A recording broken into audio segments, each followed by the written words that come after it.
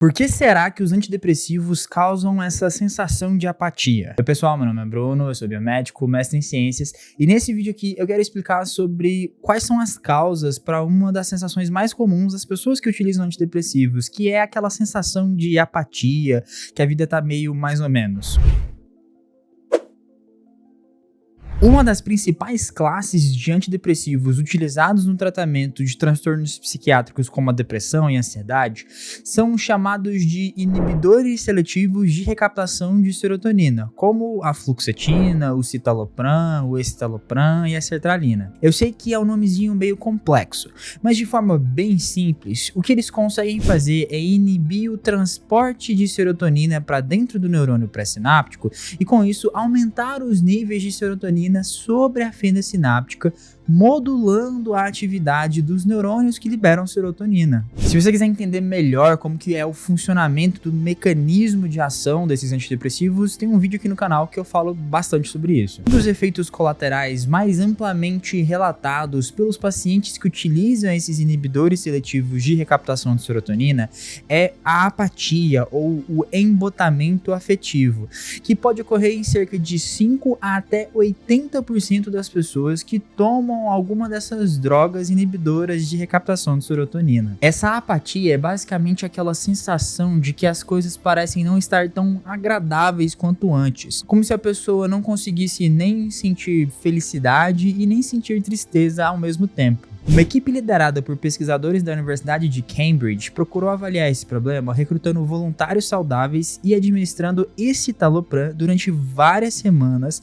e avaliando o impacto que a droga teve em seu desempenho em um conjunto de testes cognitivos. No total, participaram 66 voluntários nessa pesquisa, dentre os quais 32 faziam parte do grupo que tomava escitalopram e 34 faziam parte do grupo placebo. Para quem não sabe, placebo é basicamente o nome que a gente dá para uma substância que é inerte, que não tem efeitos terapêuticos, pelo menos não farmacológicos, mas que podem produzir certos efeitos dependendo da capacidade da pessoa de acreditar que aquilo lá é de fato algum medicamento. Os voluntários tomaram a droga ou o placebo por cerca de 21 dias e aí fizeram um acompanhamento disso com alguns questionários e análises psicométricas para poder identificar qualquer tipo de alteração cognitiva que poderia estar relacionado com a administração do escitalopram. A equipe não conseguiu encontrar diferenças significativas no que a gente chama de cognição fria, que seriam aqueles padrões de atividades cognitivos como a atenção e a memória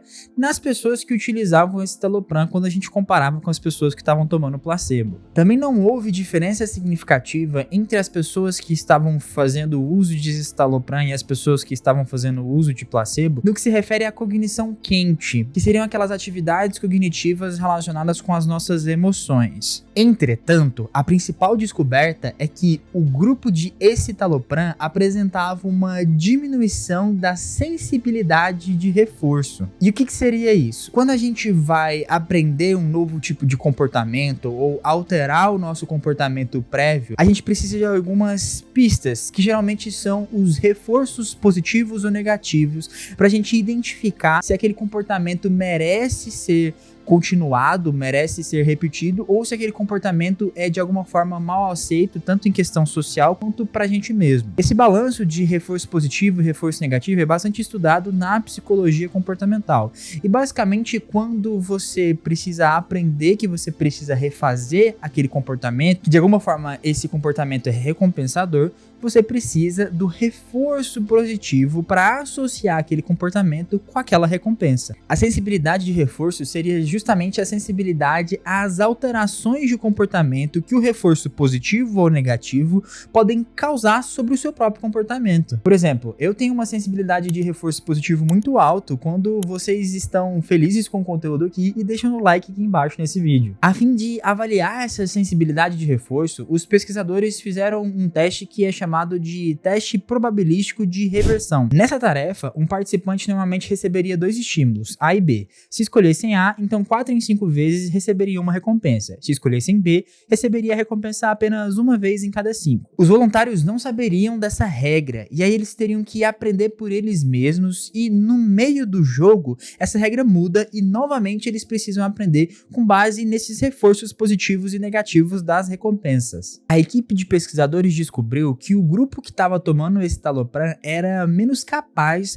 de utilizar o reforço positivo e o reforço negativo para guiar o aprendizado e alterar o seu comportamento, ou seja, conseguir aprender essa nova regra e fazer melhores escolhas em relação àquelas que têm mais recompensa. Isso sugere que a droga acaba por afetar mecanismos de raciocínio, de cognição, que são importantes para você ter uma sensibilidade ao reforço positivo. E isso, por sua vez, pode estar relacionado com a apatia. Em outras palavras, é como se essa droga fosse capaz de diminuir a reatividade emocional da pessoa frente às emoções, frente aos estímulos emocionais e meio que dissociar isso com o processo de aprendizado de comportamento, de reforço positivo e negativo. Essa diminuição de reatividade emocional faz sentido para o efeito antidepressivo que essas drogas têm, uma vez que isso meio que tiraria o viés cognitivo negativo que as pessoas que têm depressão geralmente apresentam.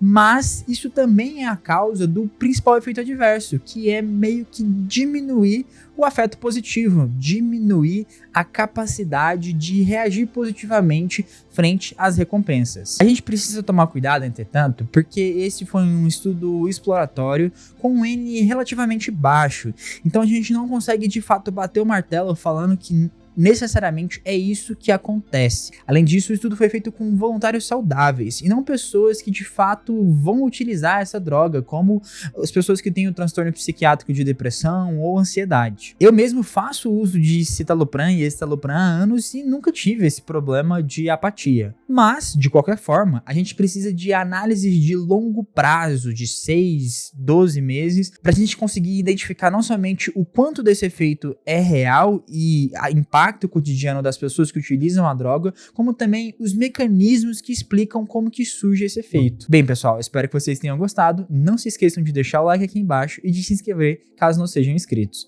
Muito obrigado pela atenção e até mais!